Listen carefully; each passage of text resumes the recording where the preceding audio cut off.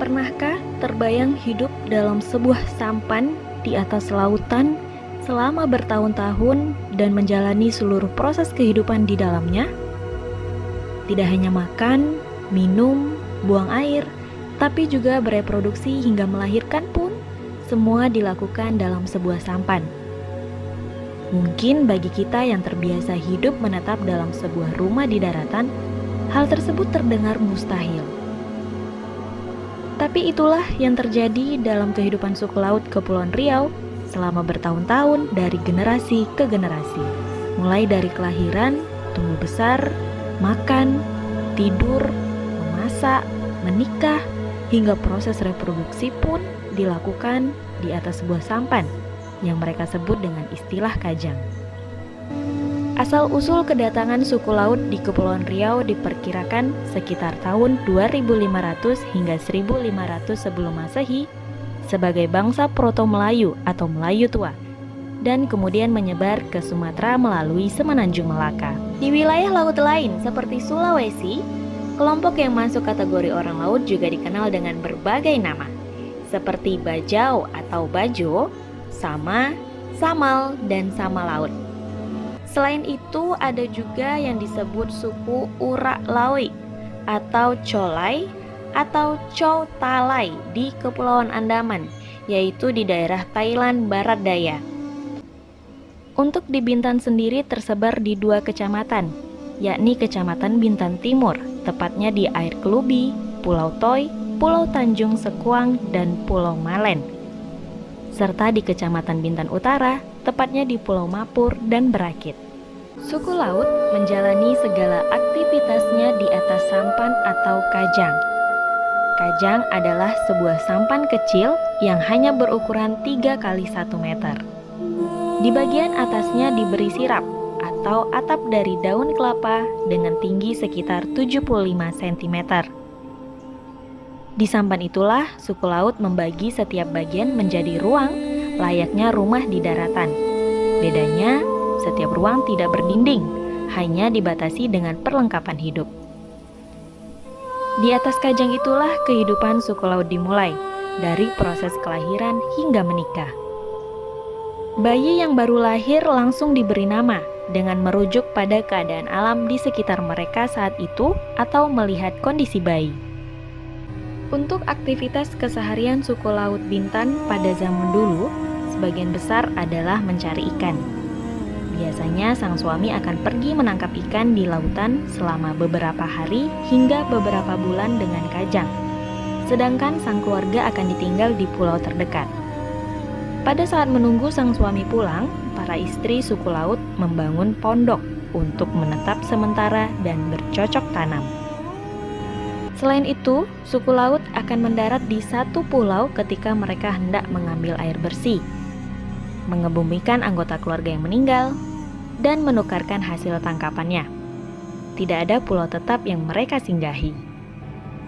Kehidupan di atas sampan di tengah laut yang dijalani suku laut Bintan membuat insting ataupun indera mereka menjadi peka terhadap keadaan alam. Mereka menjadi paham akan tanda-tanda alam seperti akan datangnya badai atau angin ribut. Dengan begitu, mereka akan segera mencari pulau terdekat untuk ditinggali sementara selama cuaca laut memburuk. Selain itu, mereka juga memiliki hewan peliharaan seperti monyet dan burung yang dipercaya sebagai pelindung mereka. Cara bertahan hidup suku laut Bintan adalah dengan berburu atau menangkap ikan, ketam, penyu, dan dugong. Lalu mereka akan mendarat di satu pulau untuk menukarkan hasil tangkapan mereka dengan bahan kebutuhan pokok yang mereka butuhkan, atau kita kenal dengan sistem barter. Dalam berburu menangkap ikan dan hewan laut lainnya, suku laut mengenal istilah semah laut, yakni ritual yang biasa mereka lakukan untuk membuang aura negatif atau tolak bala di tempat mereka berburu, dengan harapan agar mereka mendapatkan hasil tangkapan yang banyak. Semah laut ini dilakukan dengan cara menghanyutkan sesajen yang berisi pulut putih, pulut kuning, telur rebus 1 buah yang dipotong 4 bagian, dan sirih. Kemudian diletakkan dalam tempurung kelapa. Sebelum dihanyutkan, 3 buah potongan telur diletakkan di bagian depan, kanan, dan kiri sampan mereka, dan sisanya dihanyutkan ke laut. Selain berburu hasil laut, suku Laut Bintan akan bercocok tanam saat mereka tinggal di darat selama cuaca laut memburuk, seperti musim angin ribut. Selain itu, mereka juga akan menggunakan waktu itu untuk memperbaiki sampan mereka atau membuat sampan baru dengan mencari kayu di pulau yang mereka tinggali. Suku Laut Bintan yang hidupnya tidak menetap di darat, tidak memiliki lokasi makam atau wilayah pekuburan tetap. Saat ada yang meninggal, biasanya pihak keluarga akan memakamkan jenazah di pulau terdekat. Biasanya, keluarga akan berkabung selama 3 hari dan kemudian akan menjalankan aktivitas seperti biasa. Suku Laut Bintan juga melakukan peringatan kematian.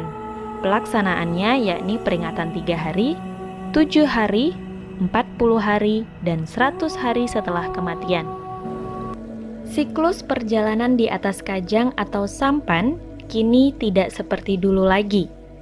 Sejak tahun 1990, pemerintah melalui program-program pemberdayaan masyarakat pulau dan pesisir mulai membenahi suku Laut Bintan. Penyuluhan tentang hidup yang lebih sehat pun marak dilakukan. Bahkan rumah-rumah tepi laut mulai dibangunkan.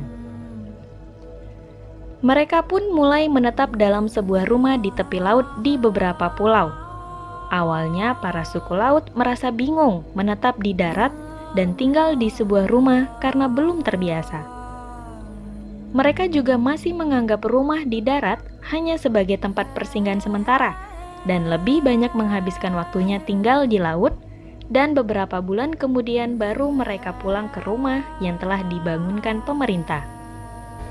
Kehidupan sehari-hari suku Laut Bintan yang kini tinggal di darat bisa dikatakan sudah sangat berubah. Hanya sebagian dari mereka yang masih berburu hasil laut. Para suami sudah banyak yang bekerja di darat, seperti menjadi karyawan perusahaan. Dan para ibu suku Laut Bintan sudah mengenal tentang berniaga, dan sebagian dari mereka ada yang membuka usaha warung di rumahnya.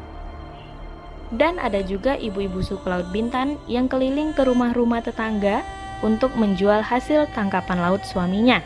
Tidak lagi menggunakan sistem barter seperti dulu. Anak-anak suku Laut Bintan kini juga sudah mengenyam bangku pendidikan. Bahkan sudah ada yang kuliah, ada juga yang sudah bekerja di perusahaan dan berprofesi sebagai pengajar untuk membantu keluarganya. Beberapa dari mereka masih ada yang turun ke laut, sekedar untuk main atau membantu ayah mereka menyiapkan sampan untuk pergi berburu hasil laut. Untuk proses pernikahan suku laut, kini tetap sama seperti dulu, hanya saja lokasinya berada di darat. Sama juga dengan masyarakat yang tinggal di darat pada umumnya. Begitupun untuk pemakaman, suku laut yang meninggal kini dimakamkan di satu komplek pemakaman atau tanah wakaf.